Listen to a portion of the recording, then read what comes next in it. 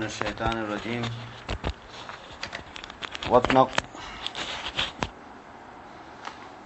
واتقوا فتنة لا تصيبن الذين ظلموا منكم خاصة واعلموا ان اللہ شدید العقاب. اور اس فتنے سے بچو جو ہرگز تم میں سے صرف ان لوگوں کو نہیں پہنچے گا جنہوں نے ظلم کیا. وَاعْلَمُوا أَنَّ اللَّهَ شَدِيدُ الْعِقَابِ، اور جان لو کہ بے شک اللہ تعالی سخت عذاب والا ہے.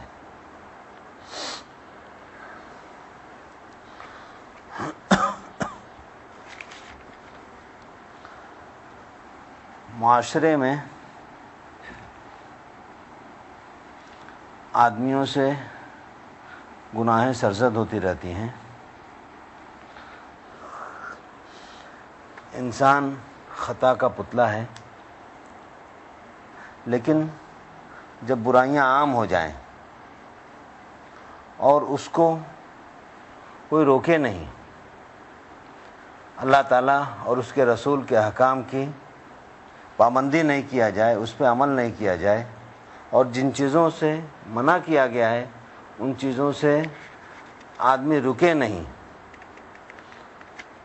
اور یہ چیز پورے معاشرے میں پھیل جائے، کوئی ان کو روکنے والا نہیں رہے، تو پھر اسی فتنے کے بارے میں کہا گیا ہے کہ لا تصیبن الذین ظلموا منکم خاصۃ، تم میں سے صرف انہی کو عذاب نہیں پہنچے گا جس نے ظلم کیا یا یہ جو گناہیں کر رہے ہیں. اس وقت جو عذاب آئے گا وہ سب کو عام ہوگا. اس کے سلسلے میں ایک نہیں کئی حدیثیں ہیں. اصحاب السبت کا قصہ، یہودیوں میں جو سنیچر کو جن سے سیٹرڈے کو شکار کرنے کے لیے منع کیا گیا تھا، ابھی سورہ اعراف میں آپ کے پاس گزر چکا ہے. یہ تین قسم کے لوگ تھے. ایک تو وہ لوگ جو خود شکار کرتے تھے، ایک وہ جو شکار نہیں کرتے تھے، اور ایک وہ لوگ جو شکار تو نہیں کرتے تھے لیکن منع بھی نہیں کرتے تھے. جب بندر بنایا گیا تو ان لوگوں کو بھی بنایا گیا جو منع نہیں کرتے تھے. حضرت حذیفہ بن یمان رضی اللہ عنہ مشہور صحابی ہیں. یہ بیان کرتے ہیں کہ رسول اللہ صلی اللہ علیہ وسلم نے فرمایا، اس ذات کی قسم جس کے ہاتھ میں میری جان ہے، تم ضرور نیکی کا حکم دو گے اور برائیوں سے روکو گے. اگر ایسا نہیں کرو گے پھر اللہ تعالیٰ تم پر اپنا عذاب بھیج دے گا. پھر تم اس سے دعا کرو گے تو تمہاری دعائیں قبول نہیں ہوں گی. اس کو امام احمد نے اپنی مسند میں اور امام ترمذی نے اپنی سنن میں تذکرہ اس حدیث کا لے کے آئے ہیں. اب اس قسم کا اس طرح کا عذاب نہیں آئے گا جیسا پہلے لوگوں پہ آتا تھا. عذاب کی شکل ایک آپ کو بیان کی جا چکی ہے کہ لوگوں کے دل سخت ہو جاتے ہیں. ان کو پھر کتنا ہی قرآن اور حدیث پڑھ کے سناتے رہو کوئی اثر نہیں ہوتا. ثم قست قلوبہم، پھر ان کے دل سخت ہو گئے.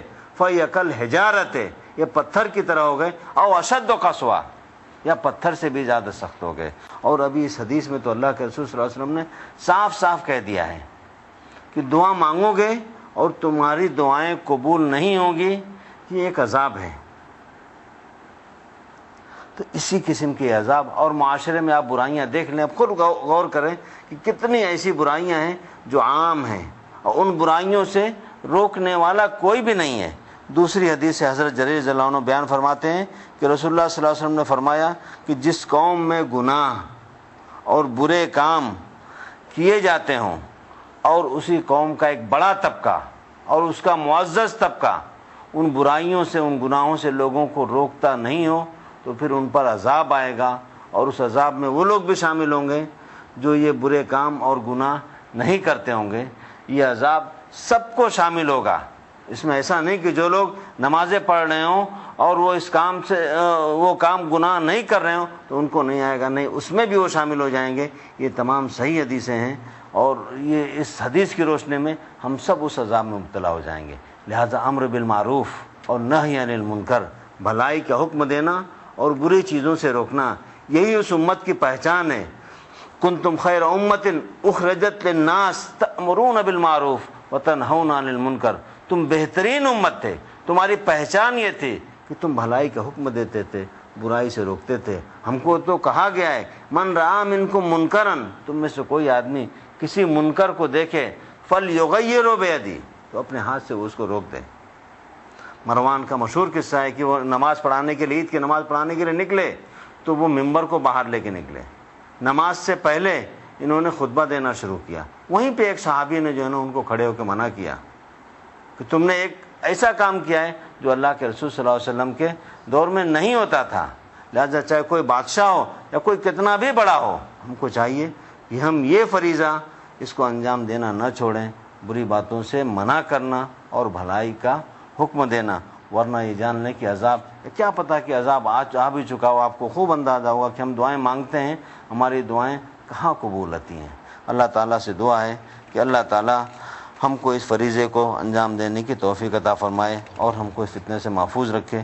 کچھ لوگوں نے، حضرت ابن عباس نے اس کی یہ بھی تفسیر کیا ہے کہ فتنے سے مراد تمہارے مال اور تمہارے اولاد ہیں، جیسا کہ کہا گیا انما اموالکم و اولادکم فتنہ، بے شک تمہارے مال اور تمہاری اولاد فتنہ ہے۔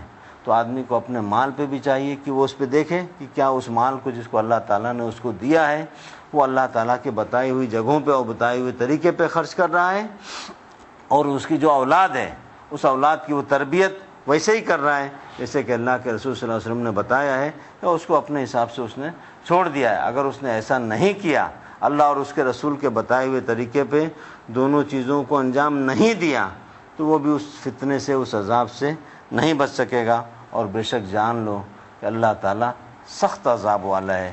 یہاں تو جو چھوٹا موٹا عذاب ملے گا، آخرت میں بہت ہی سخت میں عذاب ملے گا۔ اللہ تعالیٰ سے دعا ہے کہ اللہ تعالیٰ ہم کو آخرت کے عذاب سے بچا کے جنت میں داخل کرے، آمین یا رب العالمین۔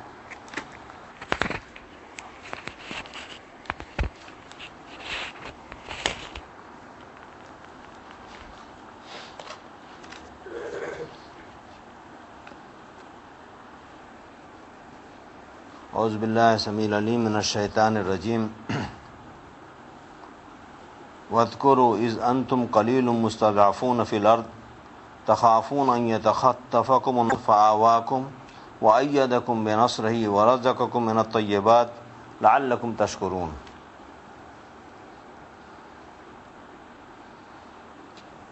اور تم یاد کرو جب تم زمین میں کمزور تھے اور تعداد میں تھوڑے تھے، تخافون ان یتخطفکم الناس، تم اس چیز سے ڈرتے تھے کہ لوگ تم کو اچک نہ لیں، تمہارا اغوا نہ کر لیں۔ فآواکم، تو اس نے تم کو پناہ دیا، وأیدکم بنصرہ، اور اپنی مدد سے تم کو قوت بخشا، ورزقکم من الطیبات، اور تم کو پاکیزہ روزی دیا، لعلکم تشکرون، تاکہ تم اس کا شکر ادا کرو۔ اس آیت میں اللہ تعالیٰ ایمان والوں کو اپنا یہ انعام اور یہ احسان یاد دلا رہا ہے کہ اللہ تعالیٰ نے مومنوں کو ان کی قلت کو کثرت سے اور ان کے خوف کو قوت اور نصرت سے، اور ان کی کمزوری کو، ان کے فقر و فاقہ کو مالداری سے اور اچھے روزی سے بدل دیا۔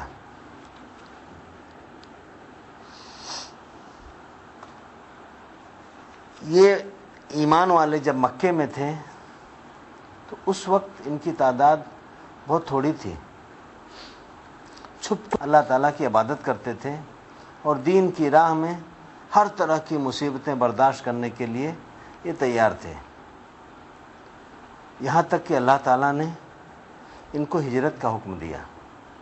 پھر جب یہ مدینہ پہنچے تو اللہ تعالیٰ نے انصار کے ذریعے ان کی بڑی مدد کیا۔ بدر کے موقع پہ انصار نے اپنے جان و مال کے ذریعے ہر طریقے سے مہاجرین کی، مسلمانوں کی بڑی مدد کیا۔ اللہ تعالیٰ ان تمام نعمتوں کا یہاں پہ مسلمانوں کو یاد دلا رہا ہے، ایمان والوں کو، کہ میں نے ہر طریقے سے تمہاری مدد کیا۔ کیوں؟ تاکہ تم شکر ادا کرو۔ ایمان والے کو چاہیے کہ ایمان والے اللہ تعالیٰ کی ہر نعمت کو یاد کر کے اللہ تعالیٰ کے شکر کریں، اس لیے کہ بندہ جب شکر ادا کرتا ہے تو اللہ تعالیٰ اس کی نعمتوں میں اس کو اضافہ کرتا ہے۔ ہمارے پاس اللہ تعالیٰ کی سب سے بڑی نعمت ہمارا ایمان ہے، ہمارا توحید والا ہونا ہے کہ اللہ تعالیٰ نے ہم کو ایک موحد بنایا۔ اس پہ سب سے زیادہ اللہ کا شکر ادا کرنا چاہیے۔ اس کے بعد تمام نعمتوں کو یاد کر کے اللہ تعالیٰ کا شکر ادا کرنا چاہیے۔ اللہ سے دعا کرنا چاہیے کہ اللہ تعالیٰ ہمیں شکر ادا کرنے کی توفیق بخشے۔ آمین یا رب العالمین۔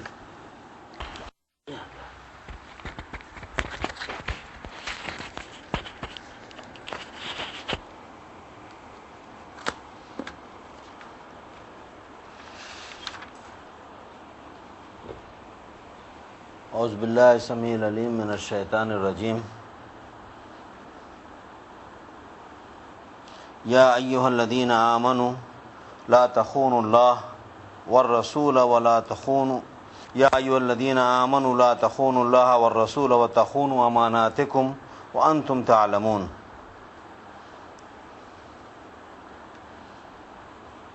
اے ایمان والو، اللہ کی اور اس کے رسول کی اور اپنی امانتوں کی خیانت مت کرو۔ وانتم تعلمون، اور تمہیں اس کا علم رہے اور تم جانتے بوجھتے رہو۔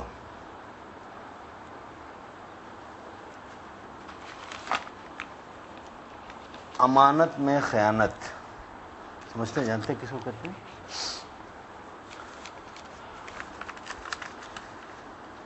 دو طرح کی خیانت ہوتی ہے۔ امانتوں کا دائرہ بہت وسیع ہے، اس کو آپ موٹی موٹی دو تقسیم میں کر سکتے ہیں۔ ایک تو یہ کہ ظاہری امانت اور ایک باطنی امانت، یعنی چھپی ہوئی امانت۔ ظاہری امانت تو سب کوئی جانتا ہے، اور تقریباً یہی باطنی امانت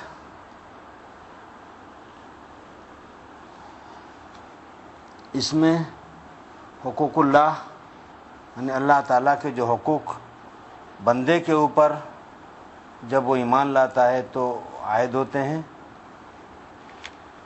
اسی طریقے سے حقوق العباد،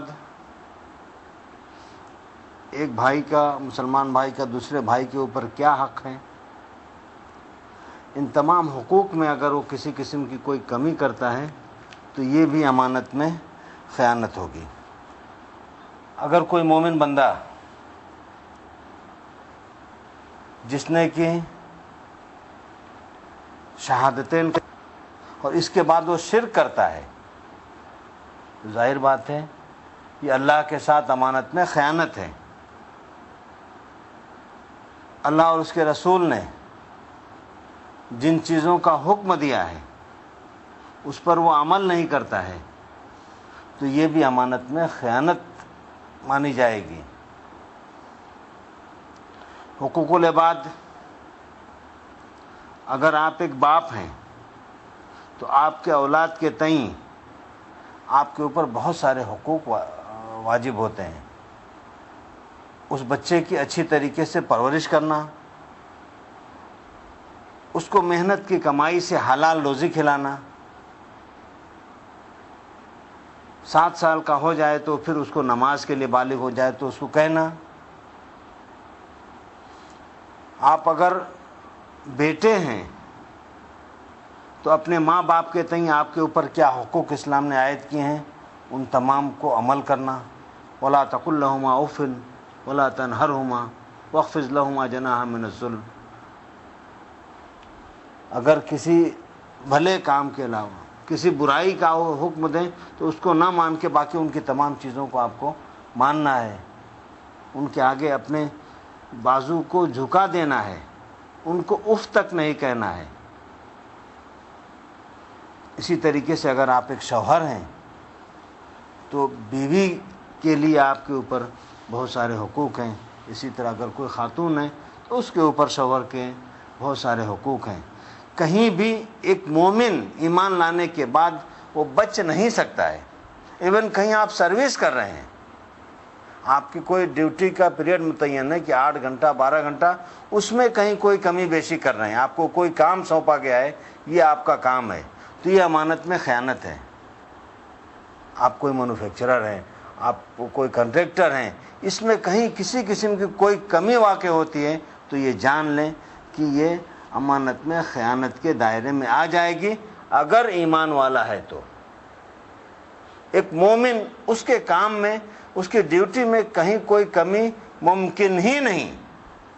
ایمان والا اگر پوری طریقے سے اپنے ایمان پر کرنے لگے تو اس سے اچھا معاشرہ، اس سے اچھی سوسائٹی کہیں کوئی ہو ہی نہیں سکتی۔ ہم کو کسی کے سامنے کہیں کوئی ہاتھ پھیلانے کی ضرورت ہی نہیں رہے گی، نہ نوکری مانگنے کی، نہ کہیں کوئی جاب مانگنے کی، نہ کسی قسم کا اور کسی چیز کی۔ تمام آدمی پسند کریں گے کہ یہ مومن بندہ ہے، لاؤ اس کو کام دو، یہ کسی قسم کی کوئی کمی نہیں کرے گا، یہ کہیں کوئی کمپرومائز نہیں کرے گا، سب سے اچھا کام کرے گا یہ، اس لیے کہ اس کے آئے امانت میں یہ خیانت تصور کرے گا اپنی ڈیوٹی میں کسی کمی کو۔ اسی کے ساتھ ظاہری امانت، آپ کسی کے پاس کسی آدمی نے کوئی کچھ مال رکھا یا اس سے کوئی بات کہی کہ بھائی دیکھو یہ ایسی بات ہے، تم کسی دوسرے کو نہیں بتانا، اس نے جا کے کسی دوسرے کو بتا دیا، جو کہ جیسا کہ اس آیت کا ظاہری شان نزول بھی ہے۔ یہ ابو لبابہ بن منذر کہتے ہیں کہ آیت انہی کے بارے میں اتری۔ یہودیوں نے مدینے کے اللہ کے رسول صلی اللہ علیہ وسلم کے ساتھ، مسلمانوں کے ساتھ جو عہد کیا تھا اس کی خلاف ورزی کیا، تو اللہ کے رسول صلی اللہ علیہ وسلم نے کہا تھا کہ جو ان کا قلعہ ہے، ابو لبابہ بن عبد المنذر سے کہا تھا کہ جا کے اس کو خالی کرائیے۔ یہ گئے تو یہودیوں نے ان سے پوچھا کہ ہمارے بارے میں اللہ کے رسول صلی اللہ علیہ وسلم کیا کریں گے، اگر ہم سرنڈر ہو جاتے ہیں تو کیا حکم ہے؟ تو انہوں نے اپنے ہاتھ کے اشارے سے بتا دیا تھا کہ تم قتل کر دیے جاؤ گے۔ اور پھر ان کو اپنے اس راز کو افشا کرنے پہ بڑی ندامت ہوئی، اور یہ آئے، اور آنے کے بعد انہوں نے مسجد نبی میں ایک کھمبے سے اپنے آپ کو باندھ لیا، اور پھر ان کے بارے میں آیت بھی اتری کہ بھائی آپ کی توبہ قبول ہو گئی۔ تو انہوں نے کہا کہ نہیں، میں اپنے آپ کو نہیں کھولوں گا، اور تم لوگ بھی نہیں کھولنا، مجھ کو اللہ کے رسول صلی اللہ علیہ وسلم کھولیں گے۔ ان کے نام کا کھمبا ابھی بھی وہاں پہ ہے۔ کچھ لوگ کہتے ہیں کہ حاطب بن ابی بلتہ مشہور بدری صحابی ہیں، فتح مکہ کے موقع پر انہوں نے، ان کے بیوی بچے اور گھرانے والے لوگ مکے میں تھے، تو ایک خط لکھ کے ایک عورت کو دیا کہ تم لے جا کے مکہ کے قریش کے لوگوں کو دے دینا۔ اللہ کے رسول صلی اللہ علیہ وسلم کو اللہ تعالیٰ نے وحی کے ذریعے بتا دیا کہ دیکھیے آپ کا ایک جنگی راز افشا ہو رہا ہے، ظاہر ہو رہا ہے۔ تو اللہ کے رسول صلی اللہ علیہ وسلم نے حضرت علی رضی اللہ عنہ کو اور حضرت زبیر رضی اللہ عنہ کو اور ایک کوئی اور صحابی تھے، 3 لوگوں کو بھیجا، یہ تینوں گئے، اور آپ صلی اللہ علیہ وسلم نے بتا دیا تھا جاؤ فلانی جگہ پہ، مکے اور مدینے کے بیچ میں ایک راستہ ہے، وہاں پہ جا کے آپ کو یہ عورت ملے گی، اس کے پاس یہ خط ملے گا۔ گئے، اور جانے کے بعد اسی جگہ پر یہ عورت ملی، تو اس سے خط مانگا کہ بھائی لاؤ تمہارے پاس جو خط تم کو حاطب بن ابی بلتہ نے دیا ہے۔ اس نے انکار کیا، دیکھیے وہ تو پیسہ لے کے یہ کام کر رہی تھی، لیکن نہیں میرے پاس کوئی خط نہیں ہے۔ اس کی تلاشی لی گئی، کوئی خط نہیں ملا۔ حضرت علی رضی اللہ عنہ نے کہا کہ دیکھو ہم تم کو ننگا کر دیں گے، دھمکی دیا، یہ تو تمہارے پاس جو خط ہے تم نکالو، اور ہم قسم کھاتے ہیں کہ تمہارے پاس خط ہے، اس لیے کہ ہمارے رسول کی بات جھوٹی ہو ہی نہیں سکتی، تمہاری عافیت اسی میں ہے کہ تم اپنے آپ وہ خط نکال دو۔ عورت ایک چادر پہنے ہوئی تھی، جہاں چادر ناڑی باندھتے ہیں یہیں پہ اس نے اس خط کو چھپا رکھا تھا، اس نے اس خط کو نکالا اور لا کے دے دیا، اور لوگوں نے لا کے اللہ کے رسول صلی اللہ علیہ وسلم کو وہ خط دے دیا۔ حضرت عمر رضی اللہ عنہ کو پتہ چلا تو انہوں نے کہا کہ اللہ کے رسول، میں ان کی یعنی حاطب بن ابی بلتہ کی گردن نہیں اڑا دوں؟ انہوں نے پوچھا کہ کیوں کیا تھا آپ نے یہ؟ تو کہا تھا کہ بھائی رشتہ دار وہاں پہ رہتے ہیں اور میں چاہ رہا تھا کہ میں ان قریش کے لوگوں کے ساتھ کچھ احسان کر دوں تاکہ میرے بچوں کے ساتھ جو وہاں پہ ہیں یہ کچھ اچھا سلوک کریں، اور میری کوئی دوسری نیت نہیں تھی۔